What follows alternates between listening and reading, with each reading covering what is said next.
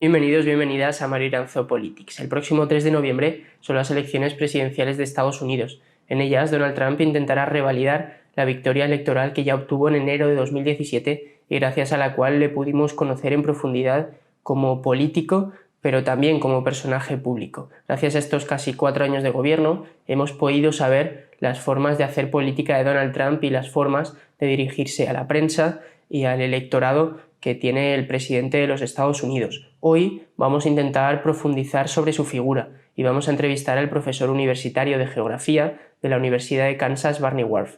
Él ha escrito un libro llamado Political Landscapes of Donald Trump, en el que, como decíamos, profundiza en su figura y en varios de los aspectos más interesantes de Donald Trump.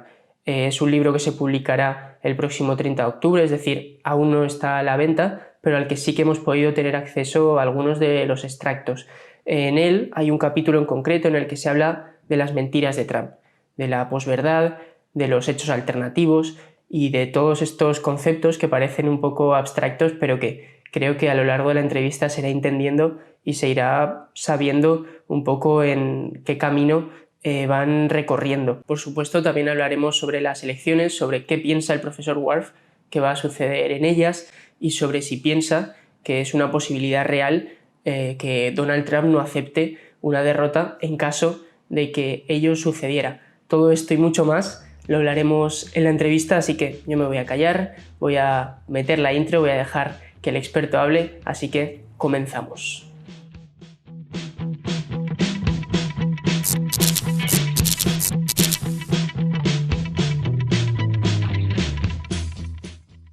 Barney Warf, Professor of Geography in the University of Kansas and writer of the book Political Landscapes of Donald Trump. Thank you very much for accepting the interview. And before starting, I would like to ask you about the coronavirus situation there. How is the country right now? How are you facing this problem? Well, the coronavirus has been a disaster in the United States. I actually have been doing some separate research about this. So far, about 219,000 Americans have died from it, and more than 8 million people have been infected. And the number of cases has been growing rapidly over the last 2 months or so. And there are, I think, many reasons for this, that some of it is the incompetence and mismanagement by the Trump administration, which has not provided clear leadership about how to deal with the virus. Some of it is that Americans are very conservative people. They don't like to listen to government orders, especially the conservative Americans. They resent the idea of having to wear a facial mask, right? And so there's this, in the US, there's a very strong culture of individualism, like nobody can tell me how to live my life, right? And then there are other structural reasons. The United States has a big prison population, and the virus has spread into prisons. We have a big homeless population. These are structural inequalities brought about by neoliberalism and amplified by the uniqueness of American culture. So, and Trump, of course, just keeps promising it's magically going to disappear, and he invents one falsehood after another. Like he's been saying for 8 months that it's going to disappear. We will have a vaccine before the election. I mean, even now, even though Trump himself had the virus, he still is promoting falsehoods, right? And it's kind of obvious that his public image is more important to him than his health. So you think that the situation hasn't been well managed by Trump? No, I think it's been a disaster. It's been a disaster.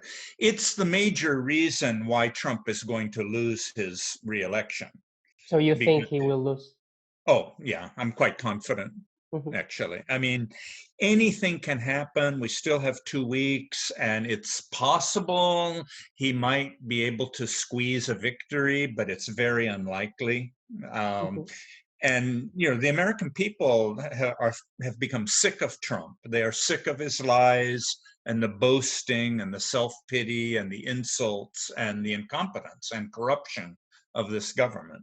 So talking about lies, moving on to the book, Political Landscapes of Donald Trump. In the chapter 12, you talk about the lies of the president, and you show a table where appears the number of lies he has told per month since January 2017. There are 2 months in which he told more than 1,000 lies. Is this number comparable to other presidents in the history of the United States? No, this number is not comparable to any politician in the history of the US. And honestly, I cannot think of any politician anywhere in any other country, right? Yes, politicians lie, but no one lies as much as Trump and as openly as Trump, right? So the Washington Post, which is a highly respected newspaper, keeps track of his lies. They actually published a book about Trump's lies, right? And of all of Trump's behaviors, I find his lies the most offensive, which is why I wrote that chapter about it, right? And Trump doesn't care if people know that he lies. Like, if I lied and I got caught by somebody, I would be embarrassed, right? But Trump is like, he has no shame, right? So he expects people will either believe his lies, and some people do, or that he can just say whatever he wants and never have any consequence. He never pays a price for it. And of course, Trump's behavior is amplified by the conservative media in the United States, in particular Fox News. Fox News is just the propaganda wing of the Republican Party. And I think one of the biggest differences between politics in Europe and in the United States is that Europeans don't have anything like Fox News. I mean, I know there are tabloids in Britain and probably in Spain. I'm less sure. Yeah, we have as well. But Fox News is much more than a tabloid. It is the biggest television program on cable television, right? It has millions of followers, mostly older, white, conservative people, right? And it is shameless in just celebrating Trump as a living god and promoting his lies. So Fox is the megaphone that Trump uses. That, and of course Twitter, and we know that the more angry and desperate that Trump becomes, the more he resorts to lies, right? Why he has not figured out yet that his lies alienate many people, I don't know. You would think after all this time and his approval ratings are so low that he would understand that many people are offended by his lies, right? They recognize, it makes us seem as if we are stupid, right? Yeah. That we will believe anything he says. And it has destroyed his credibility. No one can take anything he says seriously. If he said something that was not a lie now, still we would not believe him, Yeah. So, I think he's finally paying a price for something that he has been doing for years and years. So, because in general, we think that if your voters catch you lying, it will mean a weakness for you. But in Donald Trump's case, the opposite happens. The lie means strength. How would we explain this phenomenon?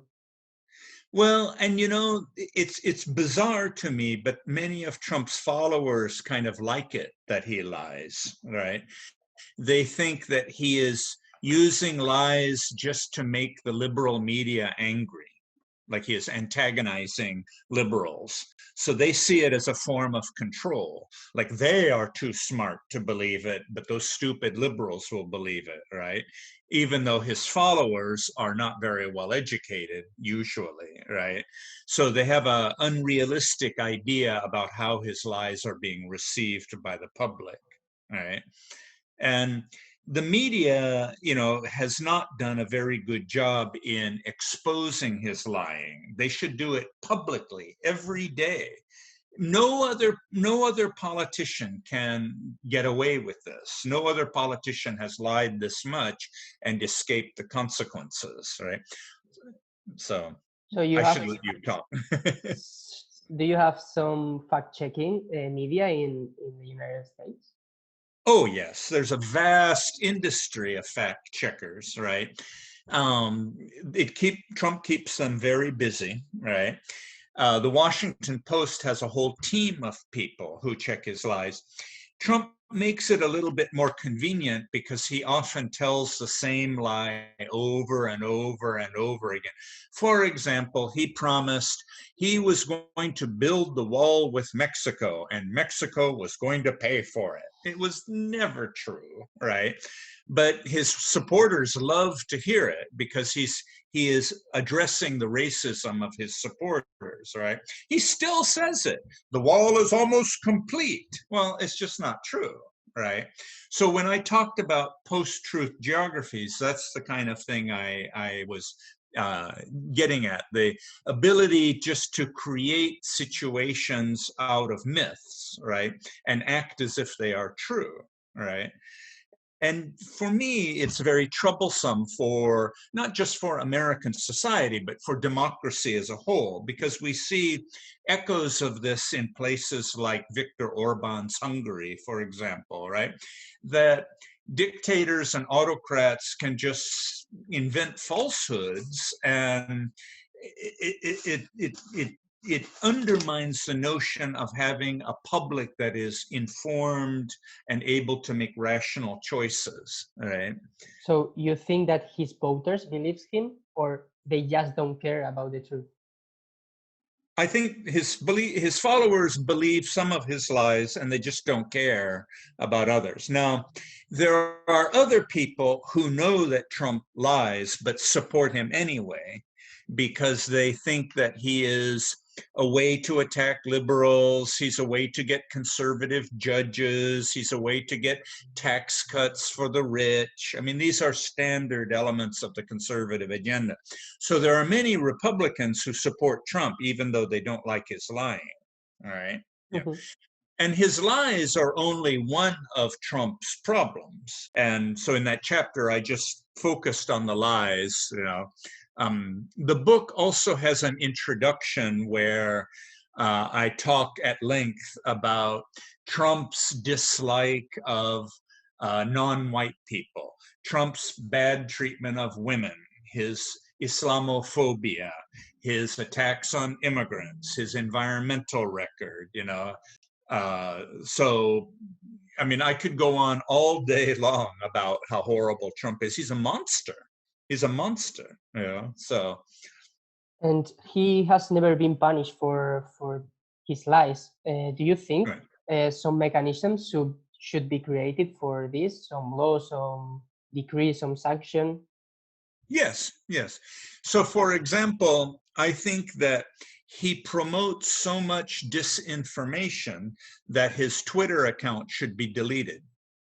Twitter is his main weapon of choice. He loves Twitter. He uses it all the time. He has tweeted, you know, untold thousands numbers of times, right? But people who tweet falsehoods on Twitter often have their accounts deleted. I think Twitter is afraid of him, right? So you cannot just spread disinformation on Twitter, or you know, even Facebook is trying to kind of take steps in this way. So, in the book you mentioned the term post-truth. In Spain we have that term as well, of course translated, but could you explain it easily? Because I realize that sometimes it's used, but in a wrong way. Well, I think there are many definitions of post-truth, so it makes it difficult to kind of specify exactly, right? In my understanding, I like to go back to the works of the French social theorist Baudrillard, who was writing in the 1980s. And he wrote about a phenomenon he called the simulacrum, which was things in the world that appear to be true but are not, right? So television shows, right? Or I don't know if you have bars like that represent the culture of other countries. So like in the US, we have bars that pretend to be Irish, Oh, right? yes, yes. But the Irish bars are more Irish than Ireland, right? You know, or Disney World. Baudrillard wrote a whole book about Disney World as a simulacrum. Like it kind of looks like real life, but it takes on a dimension of its own. Like, so he wrote about living in an age of postmodern capitalism in which signs like a label or a name or an idea escapes what it represents and becomes more real than reality, right? So I think a lot of the interest in a post-truth society began to emerge from that. And in particular, many people became concerned about the impacts of social media. I do a lot of work on the internet. That's my main area of research. The Trump book is just kind of a side project, right?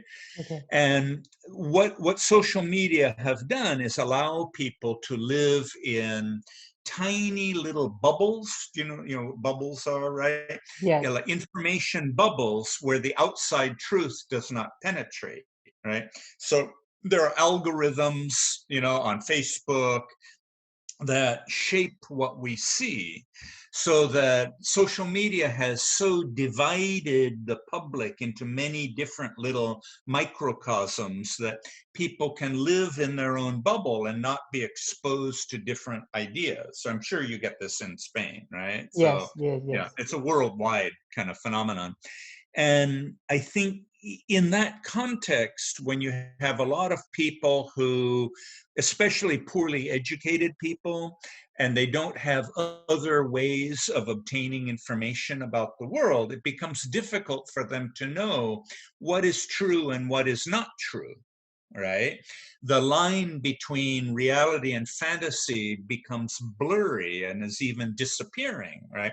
That's why you get so many conservatives living in this right-wing fantasy world.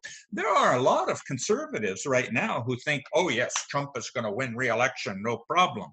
I think they're going to be shocked, in 2 weeks, right? What it makes me worry about is that Western society, by which I mean Europe, North America, also Japan, right, the industrial world in general, has been reliant ever since the Enlightenment of the 17th and 18th centuries, right? The Enlightenment elevated the idea of reason, right, to a primary state, right? That human beings are rational creatures. We should get a lot of information. We should make informed decision, including political choices, right?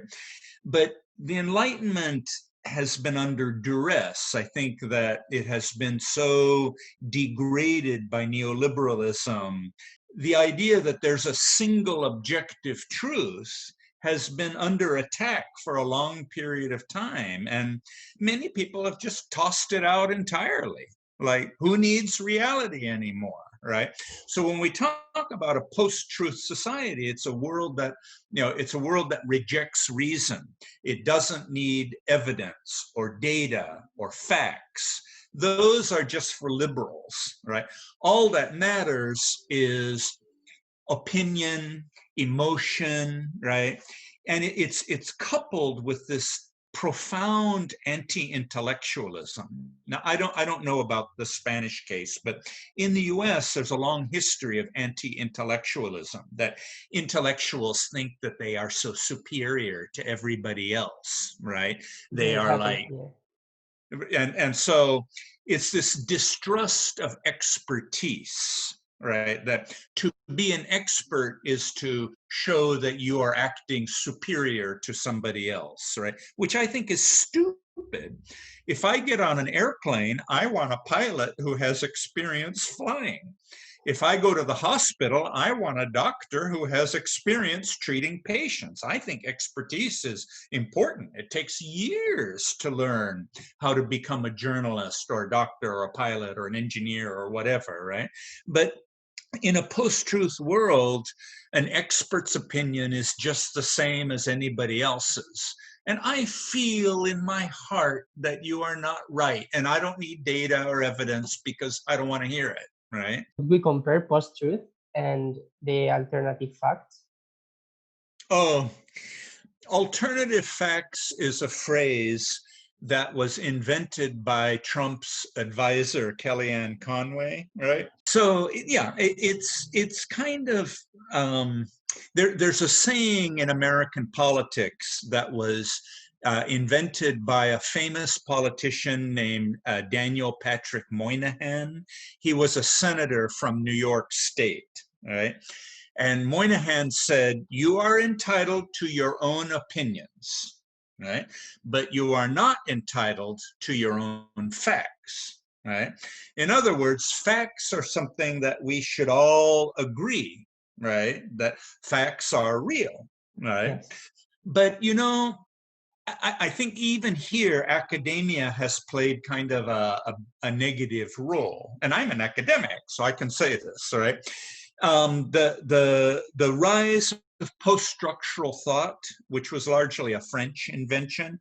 So you get people like Bruno Latour, who argued that facts are not an objective reflection of the world. Facts are just social constructions. They're invented by scientists in the laboratory.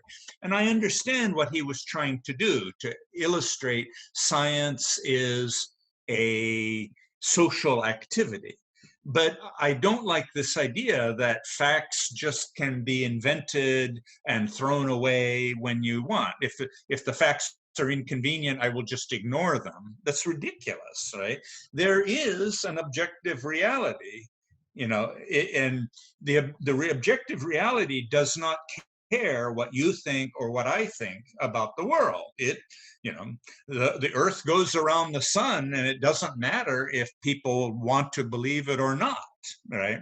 So alternative facts is just a polite way of saying conservatives will believe what they want and we don't have to agree on reality. And I think that's dangerous. You know, how can we have a mature conversation or debate about politics if we cannot even agree what is real?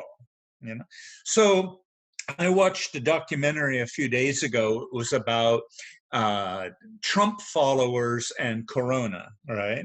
And there are many Trump followers who say, no, there is no pandemic. Nobody has died. It's just an invention of the liberal media. Talk about a post-truth society to just deny it, you know?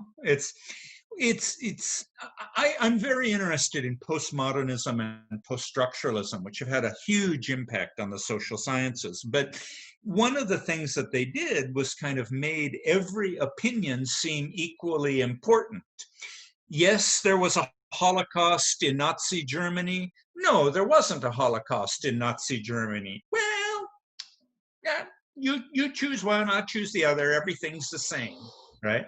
No, there was a Holocaust, you know, and denying facts and denying reality puts people in it disempowers them politically. It makes people vulnerable and gullible. You know, the word gullible, like believe anything, right? Yeah. And so that's why I think we need more education about science, you know, in the US, really worldwide. And that the more informed people have, you know, they should have more belief in science, you know. But in the US, we have a lot of Christian conservatives. They don't want evolution taught in the schools, you know. So religion, I think, is a big part of this as well, because religion has been at war with science for 500 years, you know, ever since Galileo. I've been reading those days Adorno, this philosopher Adorno. It's and Dialectics of Enlightenment, right? Yeah, and he said that you can't face a liar with lies. You have to face a liar with facts. with he said non-ideology facts.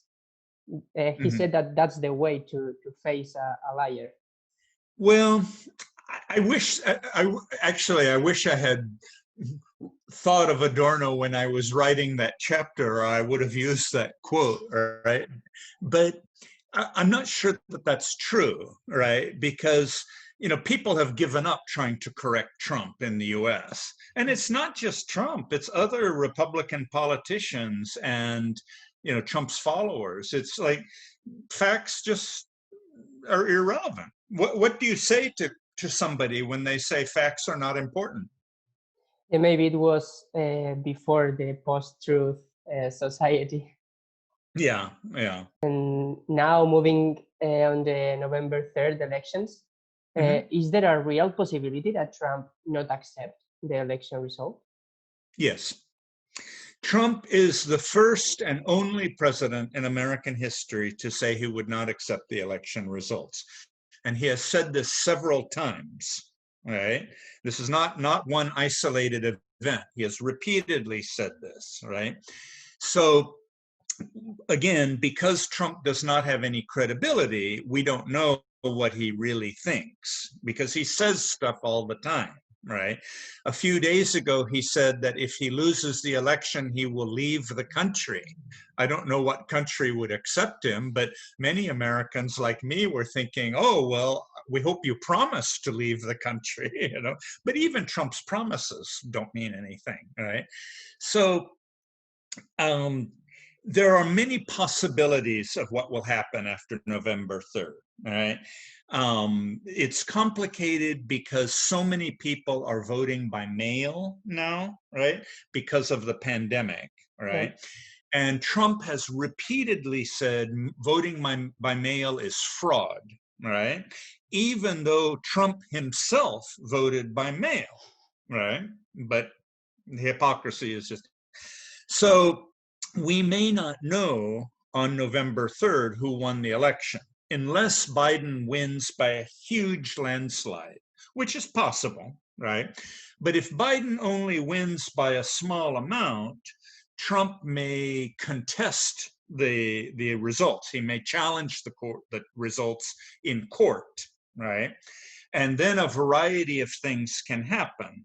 It might go to the Supreme Court, where Trump now will have appointed 3 justices, this woman, Amy Coney Barrett, that he is, you know, pushing through right now, right? Yeah. She must repay the favor to Trump for choosing her, right? I think either Biden will win by a landslide, or Biden will win by a small amount and we will have a big legal battle. I'm very worried that the United States has headed into a major constitutional crisis, right? And the recent history of the Republican Party gives me a lot of concern to worry, right?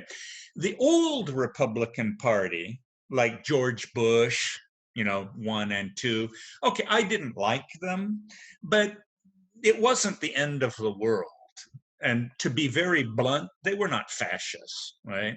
They were conservative, right? But this Republican Party is a fascist party. It will not stop at anything.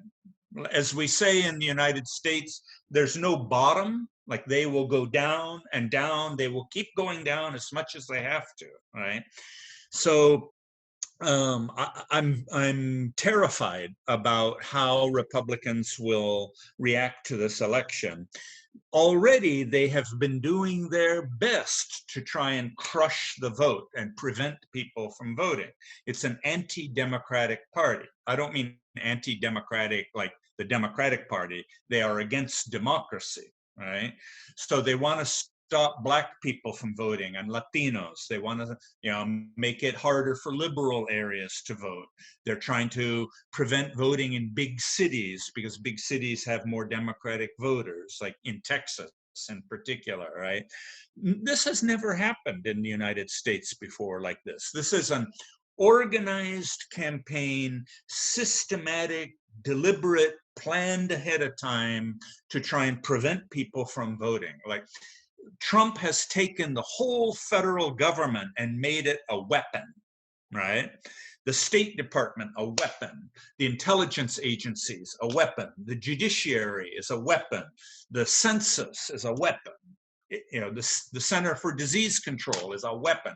Everything is to get him reelected. Nothing else matters. Trump would happily destroy the United States in order to get reelected. Do you think that Trumpism is spreading around the world? In many ways, I think part of a broader global movement, if movement might not be the correct word, right? But all over the world, we see a rise in ethnic nationalism, right? In India with Modi, right? In Egypt with Sisi, in the Philippines with Duterte, in Russia with Putin, in Hungary, right? In Brazil with Bolsonaro, right? That all over the world, these autocrats, as we call them, who are kind of like dictators or want to be dictators, right, have risen to power. And I think in part this is because there are so many people who have been alienated by neoliberalism, that neoliberalism has left so much poverty and inequality in the world that there are billions of people angry about it, right? But their political strategies are often blind. Instead of blaming the ruling class, they blame minorities, they blame immigrants, they blame Muslims, they blame people who do not have power, right? So Trump is a reflection of this global trend. We used to think that democracy was inevitable. We used to think, especially after the end of the Cold War, oh, dictatorships are part of history. They're going to go away. The whole world will become democratic. Francis Fukuyama wrote The End of History, like, the American model of democracy will become universal. And it's just not true. It's just not true. There is nothing inevitable about democracy. There is no force that says democracy always must increase over time. It can retreat. It has retreated. Actually, I am using this book in one of my classes that I'm teaching, How Democracies Die, right? And it looks at not just Nazi Germany, but Venezuela under Chavez, right? And it has a long discussion about Trump, right? So we need to be more serious about the threat to democracy that neoliberalism has unleashed, right? So for me, it's good. I think that's so. Thank you very much, Professor Warf, for accepting the interview and for. Okay. Well, it's wonderful talking with you. Okay, and I wish you the best of luck. I'm sorry I talk too much. I get very impassioned about this. That's what I wanted. So okay. An interview is for you, and thank you for giving us a kind of premiere of the book, because it's not on the libraries right now. Okay. Well, tell people to buy it. I need the royalties. Yes. So. Okay. All right. Well, best of luck to you. Okay. And thanks for the chance to talk. All right. Thank you very much, Barney. Bye. Bye-bye.